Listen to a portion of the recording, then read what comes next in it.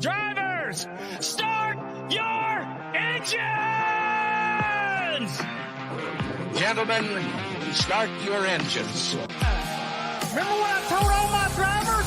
Reach up there and pull those belts tight one more time. Drivers, start your engines! And gentlemen, start your engines!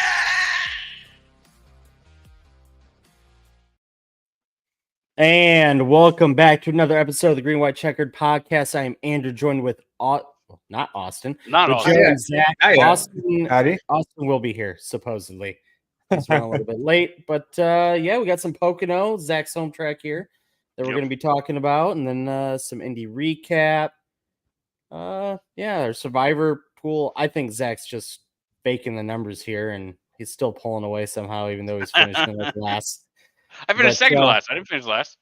Yeah, Joe had that honor. I swear I'm falling back, even beating you. But it takes. A while yeah, to get. We got a lot of news to talk about too. We got some drivers signings. We got some fines. We got some bankruptcies. A little bit of everything. So let's get into it. Pocono Cup race. Blaney wins. Hamlin finishes second. How are we feeling about the race, Zach? How did you feel about it? Well, before we get into that, I have to admit that last week I had said something completely wrong about Xfinity racing in Canada. Andrew told me that Xfinity raced in Canada. I was so focused in on motorsport when I was making my argument, I completely forgot Montreal existed. I don't see them in the same country for some reason. Just, I guess Montreal is a different Canada than the one in motorsport's in, so I completely forgot Xfinity raced in Montreal. Anyway, no, that's corrected, and we all know that I'm a dumbass, which we knew before. Pocono. I don't know, man. I guess this is what you'd expect, but somehow worse. Like it just felt like you couldn't pass, especially the leader. I was kind of busy, so I was sort of half watching the race, but it didn't seem like I saw any passes for the lead on track. Maybe one, but it's just whoever's out front could just clear the field and just run away, and even through the pack, like you saw like a lot of the side by side stuff, but it wasn't like, I don't know, it's like sort of like fake racing kind of thing, like when two guys get side by side and they can just never clear each other kind of stuff. Yeah. It seems like we get that a lot with this car. I mean, NASCAR loves it. They're like, oh, side by side racing, but it's just they just keep stalling each other out, and then somebody will eventually just get a run on both of them and clear them both. So I don't know. It's Pocono, I guess. I feel like we've had better Pocono races before. It had some interesting strategy elements, but they were kind of interrupted by cautions and stuff like that, so that was annoying. I don't know, man. It just sort of is what it is. It doesn't give me much faith for the Brickyard, though. I'll tell you that. Have we had better Pocono races, or have they just been kind of propped up by the whole Denny Hamlin Chastain, Denny Hamlin Larson races? I think even I can't think of one off the top of my head, but like pre-next gen, I think we've had decent Pocono races. Like when I say a decent Pocono race, it's not like even a good Pocono race isn't like super great by standards of other tracks. You know, it's okay. Like I just feel like there's been better Pocono races prior. Now, to your point, I think, you know, since the next gen, how many years is this? This is the third year next gen, right? Third year, yeah. Yeah, so like the first 2 years, you know, we got to thank Denny Hamlin for making things a little exciting there towards the end and running guys off the track, which I don't think he really did, but putting them in the wall, supposedly. You know, those finishes definitely added something to those races. I don't recall them. He did Chastain. Larson had plenty of room. Yeah, I think Chastain was more egregious. But yeah, I think Larson had plenty of room. I think people over-exaggerated the shit out of that. But yeah, it's Pocono. You know, what are you gonna do? Yep, Joe. Yeah, I echo a lot of what Zach said. I just feel like I just rewatched the highlights before this to kind of refresh. It just, I don't know. It just like even comparing like the Cup to the Xfinity race, it felt like that there was a whole like 30-second to 1 minute clip in the Xfinity highlight where three guys battling for the lead, like on not a restart, and you didn't have that in the Cup. Like Zach said, it's like it's fun for the first lap. Like every track, it feels like with next gen, or since like really the low horsepower, it's like, yay, fun restart, and then they're all strung out immediately after, so it's not fun. And then the passes kind of like aren't really passes, and it's just it didn't seem fun. You know, the only real action you had was, we'll get to it later with the Kyle and Corey wreck. And I don't know, I didn't feel like, I feel like old Pocono races, there was more emphasis. Oh, it's going to be a fuel mileage race. Like people are really counting their miles. They got to hit the right time. And it's just like, yeah, there's Yeah. some of that. There's some of that, but these stage breaks kind of nuke that a little bit. And it's not the Pocono we grew up with. Yeah, like you said, there was some strategy trying to go on, but every time there was a caution. I mean, I know Denny was trying some stuff. You had Blaney, that's how he got up there. Blaney Brad was up there because of it. And it's just, I don't know, it's unfortunate because I wouldn't say Pocono's known for the great racing. It's known for the strategy. Right. And we didn't even get that just because you have the stage cautions, you have these cautions coming out mainly for dumb reasons. I mean, single car spins in this race, and then obviously the restart incident that we're going to be talking about. There wasn't any tire wear, so it was all fuel, it seemed like. And like Zach said, once you're in the lead, you're in the lead. We saw Ty Gibbs get like a 6-second lead, and then in pit stops, he fell back because people stayed out. He never recovered, and it was just that all race. You saw, Hamlin and Chase kind of going through the field, but as soon as they started, catching the fast guys, they were stuck. They weren't really moving. I don't think Hamlin would have caught Blaney in 20 laps in this race. I think Blaney had it no matter what. So I don't know. It was a very mid race. I don't know. If I had to choose on a Gluck poll, I'd say like a 40%. I think it probably ended up around 60, but I just, I don't know. I wasn't enthused by it. Yeah. I mean, I like Pocono. It's a fun track. It was fun on iRacing, but it's just, I don't know. I mean, I guess it's one of those things too where like I have to temper expectations. Everything's not going to be Atlanta. They're gonna have Pocono is kind of generally a little more strung out anyway, no matter the car. So I gotta temper my expectations, but it still wasn't fun. Like I feel like I missed stage one and I didn't feel like I missed anything. Like, oh no, I missed some cool racing. Yeah. Yep. The dirty air in this car kind of just kills it. Any kind of racing you're going to get, it's the restarts Yeah. and that's it. So, I mean, we know where this thing really sucks is, when there's only one lane and you got to follow somebody. And that's sort of how Pocono is, at least in 2 of the 3 corners. Turn 1, you could probably maybe have a couple different lanes, but turn 2 and 3 are mostly single lane. Yep. So, and then talking to that, just going back to my concern about Brickyard, that track is just a 1-lane track. So we'll see how that goes. yeah. I mean, it's even I'm- more of a one lane than Pocono. Absolutely. Yeah, I know. So, I have a little hope just because I think, well, we'll get into it later, but I think it could work. But we're going to see more of the passing on like being set up out of the turns more than anything. That's what it's going to have to be. You're going to have to set the guy up coming out of 4 and set it up so you're getting a good run on him. But it's Yep. like, Get the draft, and then it'll probably be the guy that's 2 cars behind that ends up making the pass. The trick of it is like, how far back can you be to not let dirty air just wash you out anyway? Because you can do anything you want to set them up, but if you're within 5/10 or whatever, a few car lengths, and you wash out, like that's almost too far back to be able to get a good run off the corner and pass them. So you might just be stuck. Gonna look like the Indy 500. I mean, it's the same thing. They can't get close because dirty air, and then they get the run on the straightaway. They get next to him, and then the guy's got to lift because there's not a second lane. Yeah, So, but I don't think we'll get as big of a run as they get in IndyCar. That's my worry. Yeah, I think you're gonna get, like I said, I think 2 cars will get side by side, slow each other down, and then that third car is gonna make it 3 wide, pass them both. That's probably what you'll see a lot of, if anything. Yep, 100%. But that all happened like mid-pack. You won't really see much of that in the front, I don't think, because they're just going to be going so much faster. Because as you get further up, the clean air is more impactful. You have less dirty air, and it just gets more and more difficult as you move up. So I don't know how much we'll see that in the top 10 or so. Yeah. Ooh, I just realized I messed up on our head-to-head stuff. Zach. Ha. Oh, you're still the lowest, but you're tied now. Tied with what? With Austin and Joe. Well, I messed up. I had so me and you picked Kyle over Ross, hmm and I gave it to Ross, and he definitely didn't win. So no, he didn't. Joe and Austin get knocked down to 3 out of 5, and you go up to 3, and I got 4. Hey, look at that! I didn't do so Yeah. bad. All right. So yeah, let's get back into it. Sorry, I got sidetracked. Ross Chastain ends up wrecking by himself. Just spins, wrecks car.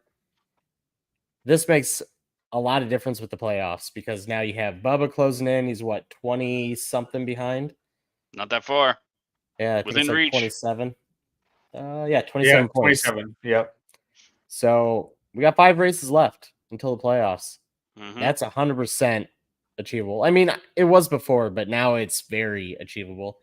We're And I back think to that close battle that we were at before. Whoever it was that won and screwed everything up. Yeah, Bowman. no, it wasn't Bowman. I think it was before that because Bowman was Logano? above the cut line anyway. Joey. That's it. Yeah.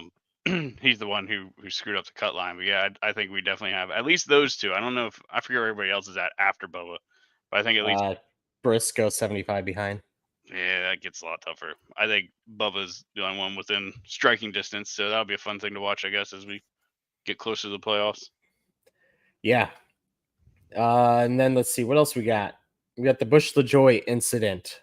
It was restart. Dun-dun-dun. Kyle Busch throws a block. LaJoy Didn't like ends it. up spinning Kyle. I want to know what you guys' thoughts are on this because I have mine. I'm sure Zach has his. Joe, what's Ooh. yours?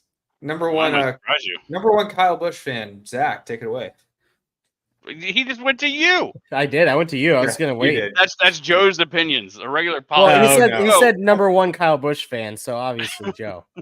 Alright, yeah, okay. He's the one who has the fire starter, not me. So Ooh, that was certainly a decision by Corey.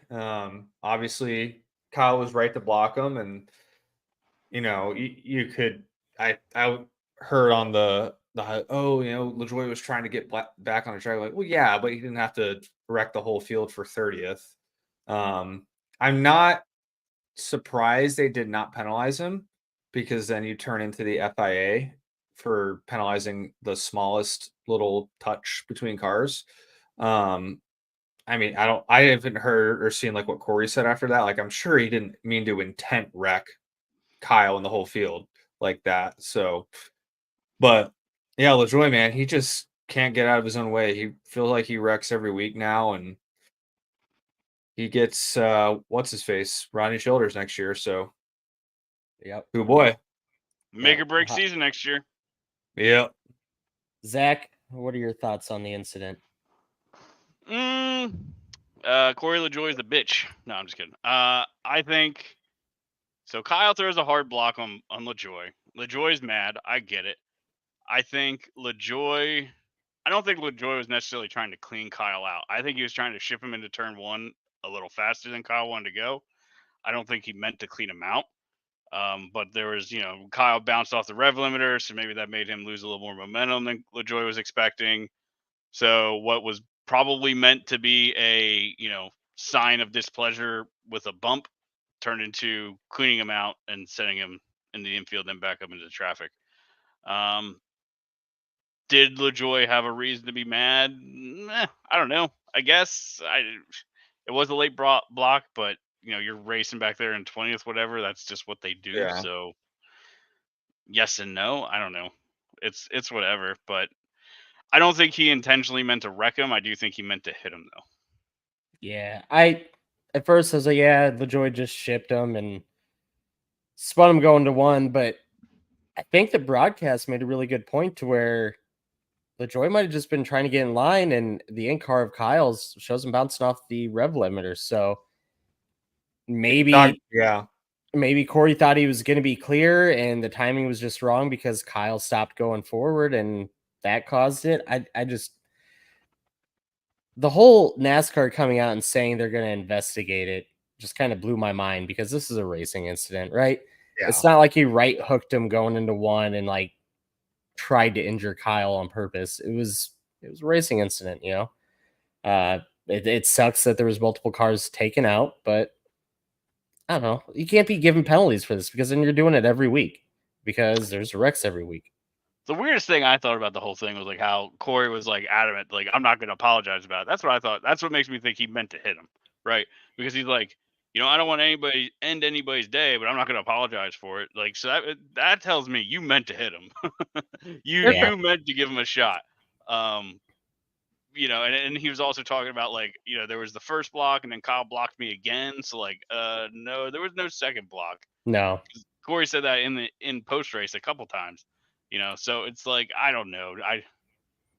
I think he definitely hit him on purpose. I think the outcome wasn't what he expected, but I mean, his zero remorse for everything and his sort of explanation of how it happened, even though clearly it didn't happen that way, just tells me he meant to hit him. He just doesn't want to make the cardinal sin of saying, yeah, I meant to hit him.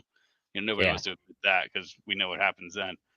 As far as penalizing it, I mean, I don't know. I don't think so either. I hate the idea of NASCAR making decisions based on how social media is reacting. Like, that's terrible.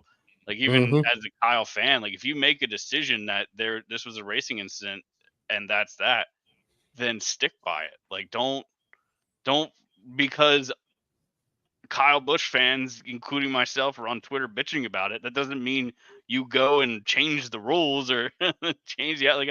That's wild. Like, imagine the NFL. After a football game, they go back and change a guy to having a holding penalty because everybody's bitching about the refs not making a holding call or something dumb like that. Like, you can't do that. Like, if you have a call, you're the officiating body. Stand by it and take the heat of if you made the wrong call. Like, that's just wild to me. But yeah, we can't be penalizing, like crazy. Like, I agree with that. I don't think we want to be penalizing too much on driver incidents. I think when it's clearly intentional wrecking, yes, you can penalize for it. I think the penalty for it should vary, to be honest. Like, I always thought if you just spin a guy like harmlessly to the infield, you should get like an EOL. Like, that's not that big a deal. Like, you should get a penalty because you are impacting the race. You're changing the race dynamic in some way. So I don't think you should get off like scot-free. You should get an EOL or something. And then maybe, if the outcome is more severe, like you intentionally wreck somebody and they take somebody else out, now you start getting into a heavier penalty because now your impact is greater to other people, kind of thing. Yeah. Like I mentioned earlier when we were talking about this in Discord, is dirt track rules. You're involved in an incident, you go to the end of the longest line. You get involved in multiple incidents, they send you off the track. So, I mean, and I don't get it. They're able to police it without SMT data, without 100 replay angles, without all this other stuff. Like, dirt racing or short tracks in general, they're able to police and officiate this kind of stuff fairly efficiently and make calls in the moment. Oh, they definitely get it wrong though. So I'm sure they do, but yeah, we have the capability to not. Yeah. So that's where I'm like, I don't understand how the biggest form of motor racing in the United States can't do that. Yep. I mean, even if you got to review it, like I don't have a problem. Like F1 and IndyCar do it. Like, this incident is under review, and then hand out a penalty. If like, you don't have to do it that second.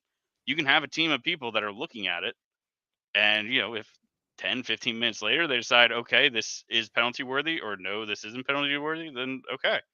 So I think IndyCar thing. honestly does a really good job of it. If you ever seen their officiating, they do really good. Yeah.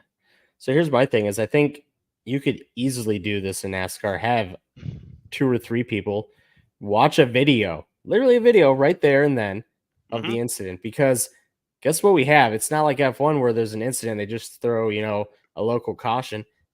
We stop the race. We drive around for 10 minutes at a slower pace. So I think there's plenty of time for them. Yeah. But I mean, I don't want to be that way. You grab the scanner. I mean, I think you can be that way within reason. Like I said, I think IndyCar does a really good job of it where they lean on most of the time. They just rule as driver or racing incidents. Like we think about like penalizing for driving stuff like that, like F1 and the FIA, how they're like really strict. Like, if you look at another car, oh, you're sitting, that's 5-minute penalty. Like they get pretty wild. I think IndyCar has a really good balance where like they tend to lean on just racing incidents unless it's like a clear Yeah. kind of thing. So I mean, I think you can have like some sort of driving policing without being too hands-on and being too into it. And then that's where you just review it. And if you have a set of guidelines, fine. This is totally fine. This is just racing incident. Yeah, this kind of goes back to our Nashville, talk where we had Lane Riggs get a 2-lap penalty during the race, and then on Sunday you get Carson It's just we're all over the intentionally place. wrecking somebody. We're like, oh, we didn't see it. So you didn't see it. Everybody saw it. We saw it on the broadcast multiple times, but you didn't see it. Come on. It's just we're all over the place with this stuff. And then you got Bubba who got. I mean, I said about Bubba. I said about in our Discord about you penalized Bubba for bumping Alex Bowman $50,000, but you're not going to give LaJoy anything, and you guys are memeing me. But my point was more about like Bubba's fine was ridiculous. Like you give Bubba $50,000 for that for bumping Alex Bowman. It's just silly. And then you park Lane Riggs, you give Hocevar a fine, endpoints. Like it's just all. We're hopping into the news. Bubba Wallace gets $50,000 fine for I intentionally. forgot we didn't talk about that. Bubba gets $50,000 fine for hitting Chicago. Bowman. Yep, which is also ridiculous. Yeah, I said last week, give Chase and Bubba $10,000, move on. That's it. Bubba gets 50, Chase gets nothing. And now we're sitting here. How does Chase not get anything? In multiple weeks, we have one guy get a 2-lap penalty. We get another one that gets a $25,000 and a 25-point penalty. We get one that gets a $50,000 penalty and one that's off scot-free. All for basically the exact same thing. The same thing. And that's what always going to hold NASCAR back is they're so dang inconsistent. They don't know how to enforce their rules. They're inconsistent because they low-key want this stuff. They want Alex Bowman getting hit by Bubba Wallace. They want Corey LaJoy to have spun out Kyle Busch. They like this stuff because it's engaging. It's excitement. You have wrecks. It gets people talking. It's a highlight, especially at a track like Pocono where not much goes on. They like this stuff, but they can't admit they like this stuff. Which is why if you just have some guidelines that allow you to police it loosely, I think it's fine. Then you can just you can establish these lines in the sand that allow you to penalize consistently, at least. Yeah. Yep. All right, before we really hop into the news here, make sure to like, follow, subscribe, hit that thumbs up button. We're growing. We need to grow a little bit more, and those thumbs up and subscriptions help us tremendously. It costs you nothing. Just hit the thumbs up. So, all right, back to the news. Noah Gragson signs multi-year deal with FRM. Good for him. I mean, sticking forward. I still, it's just weird to me that you have Noah sticking with a Ford when he was a Chevy driver. You got Briscoe hopping over to a Toyota. It's just all over my mind. But yeah, Noah to FRM. When there's not enough seats to go around, manufacturer alliance means nothing. Yeah. Yeah, which brings us up to the next thing. And this is a rumor. I don't know if it really has too much momentum, but apparently Heim is going to stick to the trucks in the 11 Tricon. And Herbst is going to the 3rd charter for 2311. I hate it. I know why, but I hate it. It's all about them dollar bills. Yeah. Well, then there was that other tweet flying around that confirmed the Herbst thing and that Cole Custer goes to the Haas Cup ride. Duh.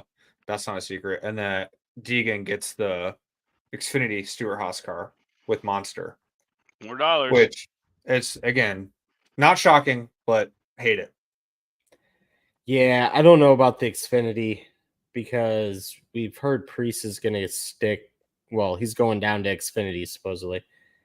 And then Cole Custer's moving up. So there's a swap for the 00 and the 41. God, do not put Deegan in an Xfinity car. She needs to go race some late models. She needs to go to run the cars tour. She needs to do something and actually get some skill.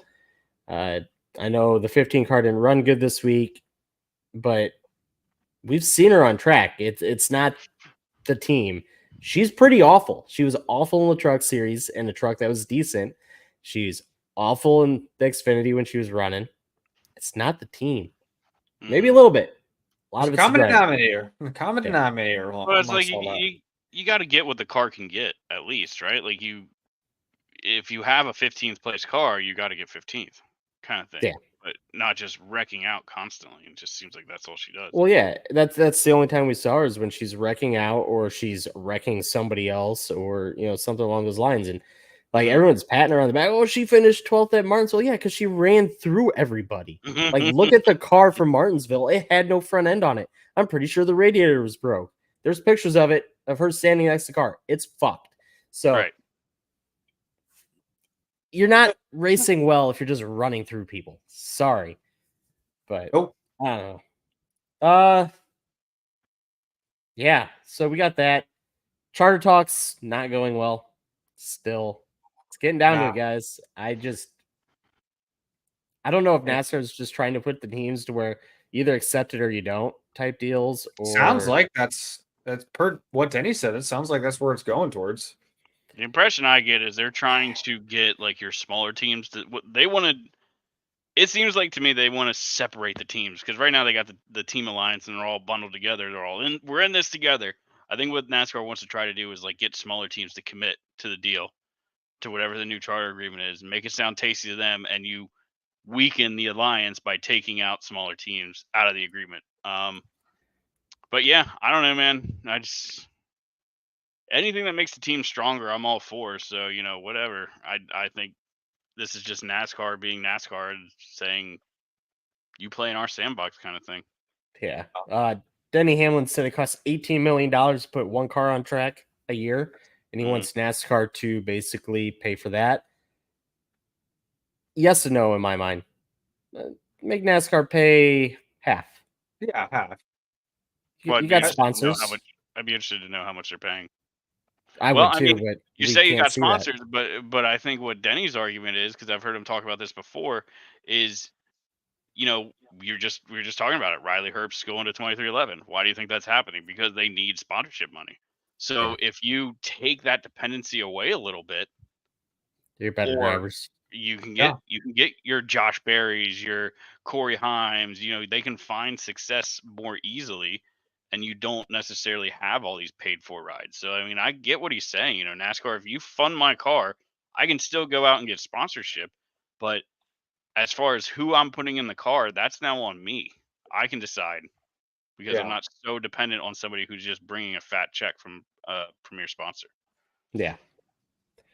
Yep. I just, I don't know. Like I said, the team's got to cover something. They can't just show up every week and then expect to make profit, in my mind. I mean, and I'd like to see what that breakdown is. I don't know what he's actually talking about in that cost, what's all associated with that. I'm sure he's not saying have the team spend a total of $0 throughout the year to drive the car. I'm sure there's still costs associated with it. I'd be curious to know, is that like building the car, taking it to the track, bringing it home, racing it? What is all involved in that 18 million exactly? Because I think you're right to a point. Like if he's calculating in that 18 million is also my 4 engineers that go into setting up the car. I think that cost should come out of the teams because you are going out and hiring talent and paying them a salary that you think is attractive to get them in. So I think that, staffing essentially should be down on the teams. That should definitely be a team expense. Yep. Just for example. Yeah, I have a feeling it's basically parts for the car, tires for the race, fuel for the race, and then I don't think staffing's in it. Because what did we hear for tires? It was like $2 million or something like that for tires alone. He said a 4-car team will have like $1 million in old tires that they can't do anything with, or that they don't do anything with at the end of the year. So I don't know. They make them buy all their tires. If they can use up to 8, they have to buy all 8 on a weekend. So I don't know. I'm sure it's a lot. It definitely adds up. Yeah. So I don't know. I think NASCAR needs to be a little more flexible. I don't know if the teams are what they're asking for, if that's outrageous or not, but I know NASCAR makes a shitload of money. So they do. Yes, they do. And they double dip. We've gone over that, how it's a percentage. So the track gets so much percentage, NASCAR gets so much percentage. Well, NASCAR owns a lot of the tracks. So guess what they're doing? They're getting both.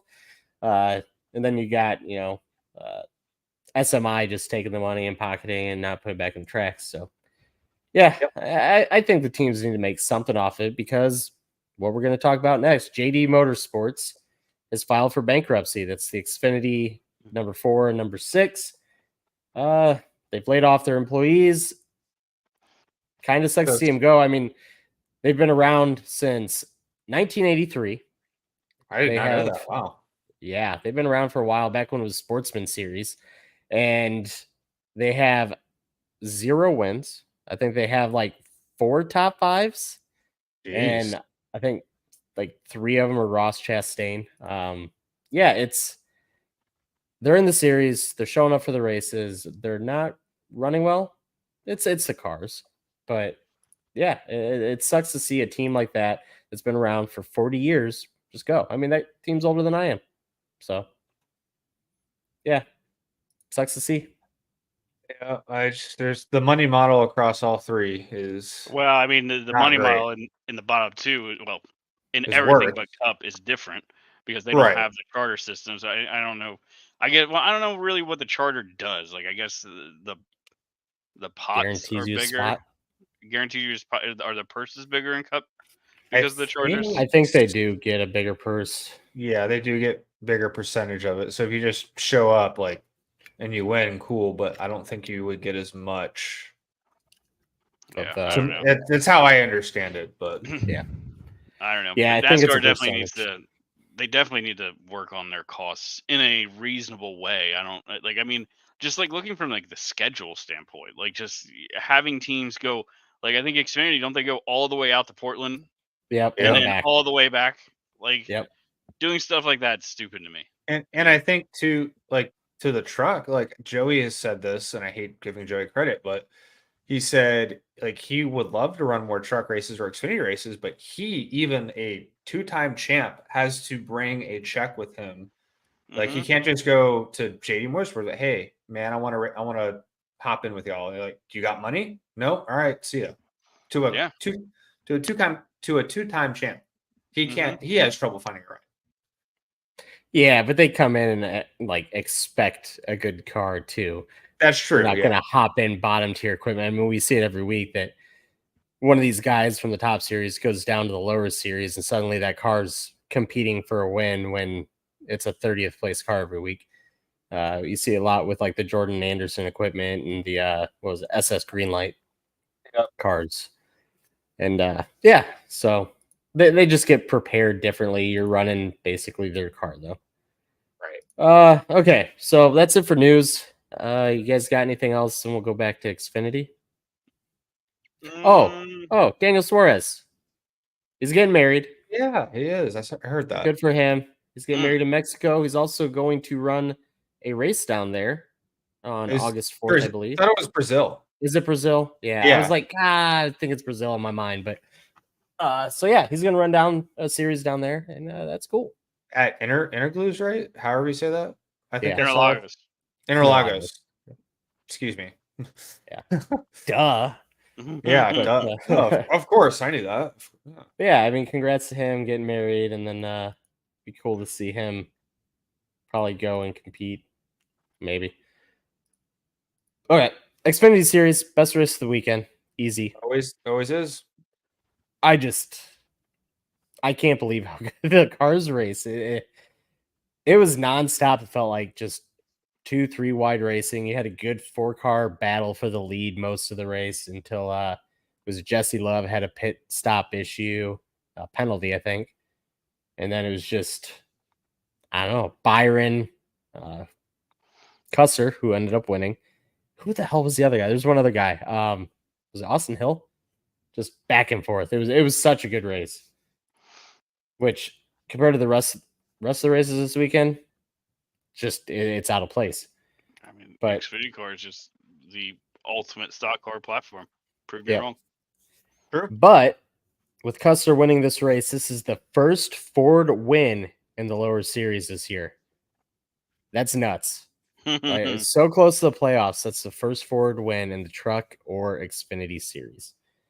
Other news on this one is towards the end of the race, it was like 8 or 9 laps I left. thought Custer won before. That doesn't sound right.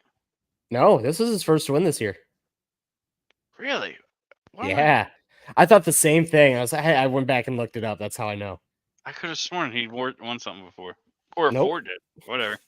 Nope. But yeah, 8 or 9 laps to go. SVG's running 10th, and Sam Mayer decides you're not doing that, old man. Just completely dumps him going to the tunnel turn. SVG smiling in the interview, but I think he called him a wanker or something like that. He did. That was funny. Yeah. So I don't know. I'm not a Mayer fan, Nope. and I know a lot of people had SVG top 10 for bets. Again, Mayer's got the punchable face. I have at it.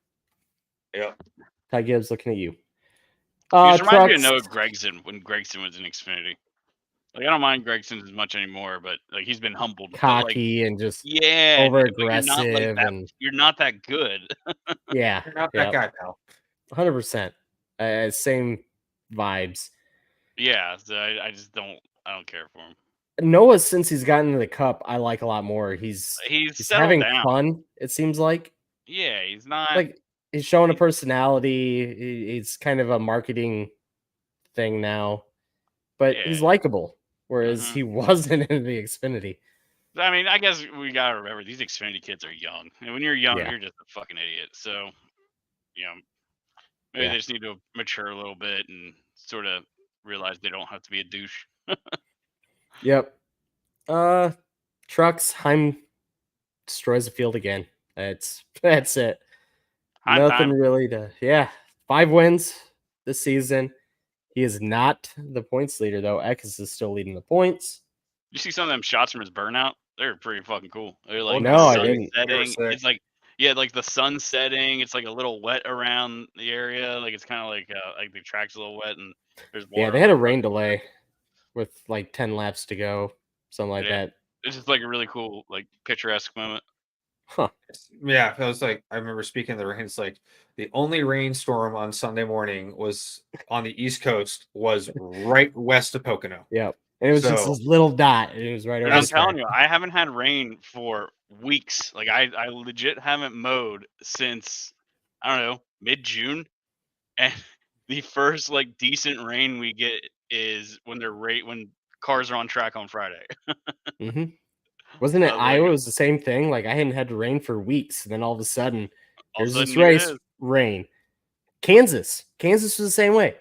It had been a little chilly, but nothing. And then race day, it wasn't supposed to rain. It was supposed to rain like Saturday, but Sunday it rains. And it's like, what the fuck? So it's every week, man. Every freaking week. And it didn't affect the race this week, but it affected people getting to the race. Yeah, apparently. Yeah, that was crazy. I think that's 4 weeks in a row we've had rain on a NASCAR weekend. Yeah, it's nuts. It feels like every week, honestly. But we talked about points. We talked about the bubble. Let's talk about the season points leader here. It's closed up. We got 4 drivers within 20 points. Chase Elliott currently leads. Kyle Larson 3 behind. Tyler Reddick 15 behind, and Denny Hamlin 20 behind. This is gonna be interesting. 5 races left. It's gonna be a tight one there. Too bad we got the stupid playoffs because we could have a pretty fun championship battle to be watching. Yeah, I know. Yep. That's so sad. But we got what? We got 5 pretty different racetracks: Indy, Richmond, Michigan, Daytona, and Darlington. Yep, it's gonna be. It's coming down to Darlington for the season championship. I kind of like it better than Daytona. I'll say that. I agree. It's not like luck as much. Yeah. But like looking at the 4 drivers and thinking about those tracks, I don't think Chase Elliott gets it. I think these all kind of play into Kyle Larson, Denny Hamlin, Tyler Reddick's hands. Especially Darlington. Richmond's a Toyota track, so that's for Reddick and Denny. And we haven't raced Indy Oval. We haven't raced Indy Oval in next gen, so we don't know how that'll go. But see, and I think that's going to be a Reddick Larson track. I think Darlington's going to be Reddick Larson, maybe Hamlin. Richmond, I'm kind of maybe up in the Hamlin. air. Hamlin's amazing at Darlington. He is. He He's is. very good at He Darlington. is. Yeah. That's good point. On Yep. the 2-week break there. could slow some momentum. It 100% could. 100% could. I don't know. It's going to be a good finish, I think. But yeah, the 2-week break. We don't even know what we're doing for the 2-week break. I know Zach said he had an idea, but Did I? yeah, after Indy, you did. You said you Oh, had God. something. I forgot completely already. We'll figure that out and get back to you. Yeah. But we'll be back next week with I some just Indy. don't want Kyle Larson to win the regular season championship. Now I'm looking at it. I don't want somebody to like Martin Truex this and like clear the field and like they can just completely shit the bed for like the entire playoffs. Like Truex did nothing last year and he almost made it to the round of 4. See, that's why I hope it's Reddick or Chase Elliott though, because neither of them have that many playoff points. To where when they get that bonus, was it 12 points or 10 points or whatever it is? Is it 15? Yeah. Like it just closes them up to, Yeah. I mean, Christopher Bell, Kyle Larson, Denny Hamlin. Like right now, Elliott with 15 extra playoff points would be 3rd. Yeah. And Reddick would be tied for 2nd. So, yeah. Yeah, I don't want Larson to go into the freaking playoffs with, oh God, what would it be? Oh my God. 38 points? Ugh. Yeah. That'd be so annoying. Just walk to the final 4, basically, like Truex. Rip Watkins Glenn had 1 playoff race and nothing after the season. Before we even go there, I think we'll see it again eventually. It's just the Olympics is messing everything up. Yeah, we're going to be getting the schedule here soon, right? They were saying like a month and a half ago we were going to get this schedule. If I was NASCAR, you know what I would do? I would release it not next week. The week after. The first week we don't have racing, so whenever that is. So we're racing this Sunday, the 21st. So I would release it like the week of the 28th, because the 21st we have a race. So that means NASCAR media has something to talk about that whole week. They'll talk about Indy. The 28th, you don't have anything going on, so I'm releasing it that week or the next week. You release it one of the 2 weeks you're off, because now you have no content coming out. Sure. Yeah. How deep will SVG playoff run be with Glenn and the Roval in the playoffs? Glenn is not in the playoffs for Xfinity. So let's see. Xfinity is Kansas, Talladega, Roval, Vegas, Miami, Martinsville, Phoenix. So hey, final 8 for sure, right? Oh, possibly he's gonna possibly final 4, I would think. I don't know how well he runs at Kansas. Talladega, he can probably get some decent points there. And then the Roval, I mean, even if he doesn't win, he's going to get good points. So, yeah, it's going to be attrition, right? I think we saw it last year where a lot of guys had problems at, Kansas and Talladega. So, I don't know. I could see him definitely advancing from the first one. Vegas, Miami, Martinsville, though, that's rough. I don't know if I see him getting out of that. So, yeah, I'm putting him into the round of 8. I think that's where he stalls out. He definitely does have a lot of points. I know I have it on the sheet. Maybe I don't have their playoff points, though.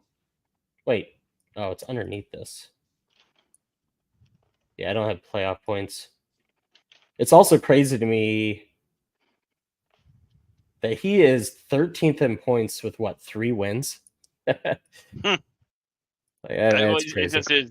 It's his high-low nature, because like he does terrible in the ovals, but then he just shits on everybody at the road courses. Yep. Yeah. But no, I guess he does have a lot of playoff points. Those are awful tracks for him, I think. Just Martinsville. How many playoff points does he have? Like what's like the top 4 right now? Hold on, let me bring it up. I had it up. Playoff picture. Come on, NASCAR website.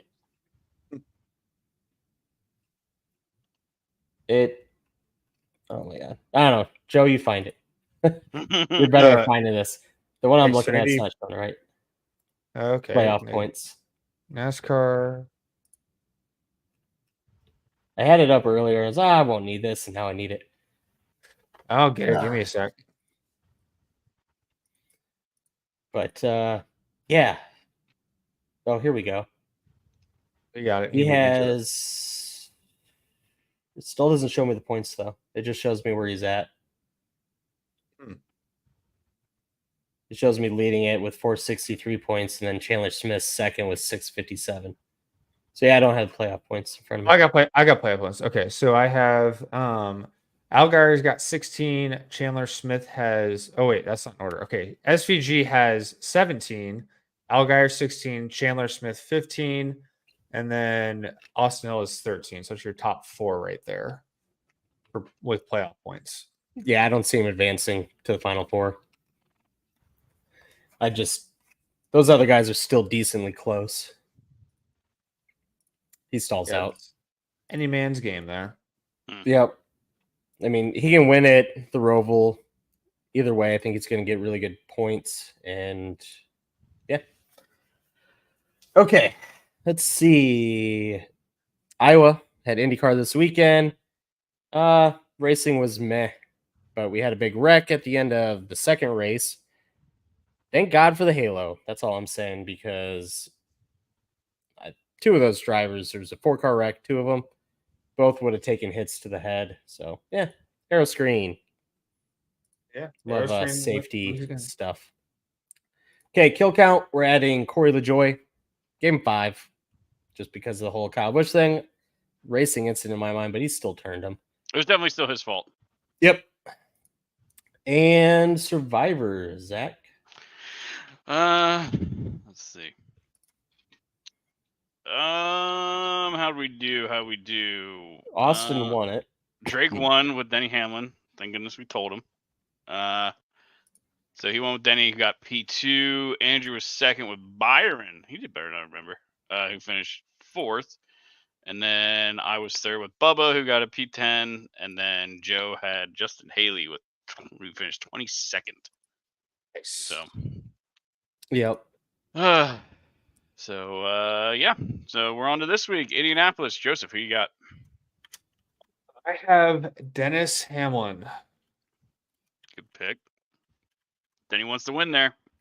He does. I'm sure him and Gabehart have definitely put a little extra emphasis on this week.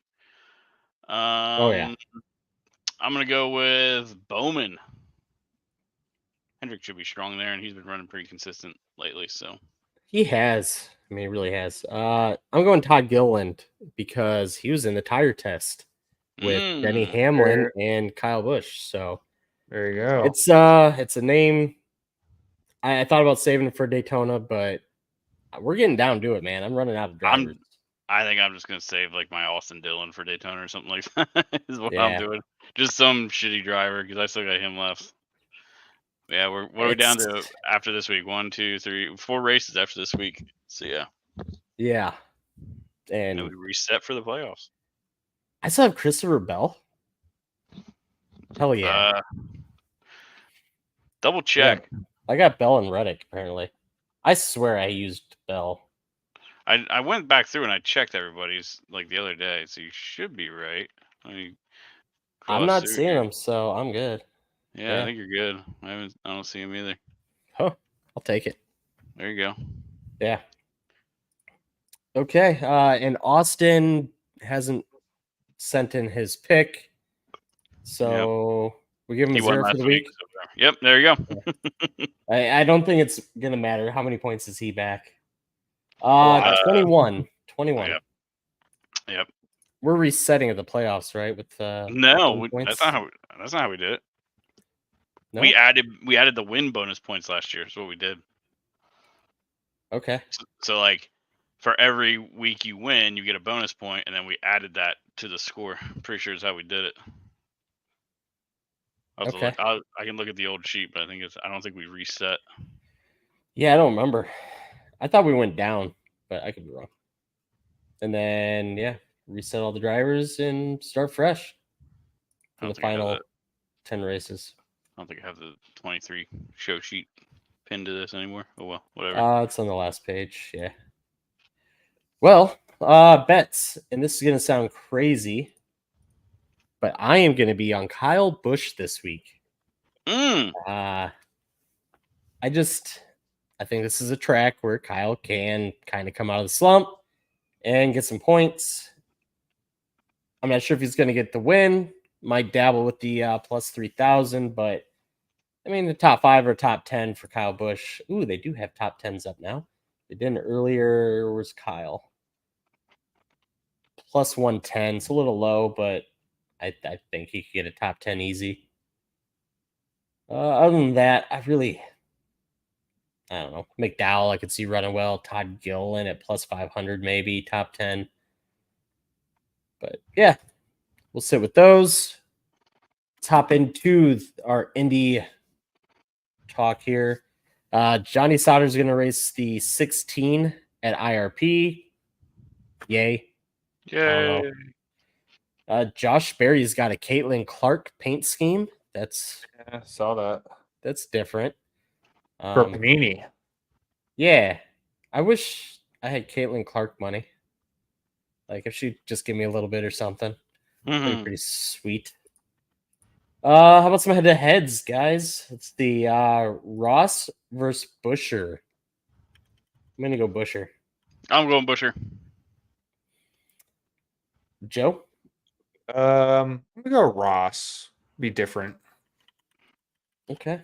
Going Reddick I can't talk. Elliott versus Reddick. I'm going Reddick. Chase. Who'd you go with, Joe? Chase. Oh. Who do you think he went? Damn it. Who do you think I went with? Now I feel stupid for going with Elliott. I'm going with Reddick. I'm not going with Elliott. I changed my mind. I had Elliott down, but I'm not doing Elliott. Okay. Logano Gibbs. Gibbs. Joe? Let me go with Gibbs because I hate Logano. Dang. Blaney Truex? Blaney. Truex. Blaney. And Brad K and Bowman. Bowman the showman. I think it's going to be a Ford week, but yeah, Bowman's just on a roll. I think has Bowman's race there, right? Oval? Should have. Yeah. Yeah. Yep, Bowman for me also. So there's a sweep for Bowman. All right. Well, we finished last week. I won, and then everybody else tied at 3, which is not bad. If we would have bet it, we would have all won money. I know. So, all right. Indianapolis recap next week, and we have nothing to talk about except for, I don't know, Olympics. Off weeks. Yeah, Olympics. Yeah. Woo. So we'll let you know if we're going to be live any time for those 2 weeks. But yeah, I think if they come out with the schedule, if they do release a schedule, we should do an episode. Do a show. Yeah, I agree. Yeah, I'm sure we'll have enough news to at least do one. But on that note, make sure to like, follow, subscribe, hit that thumbs up button. I got nothing else, so see ya. Bye.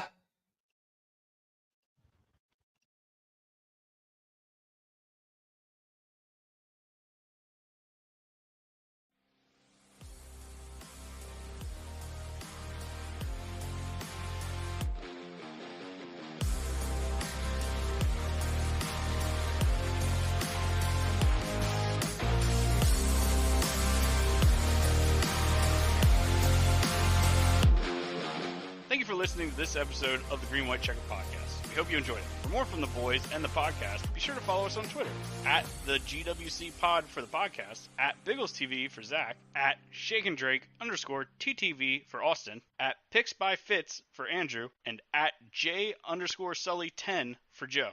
Head over to thegwcpod.com to submit a question for our OnlyFans segment. Thanks again for listening, and we hope to catch you again next episode.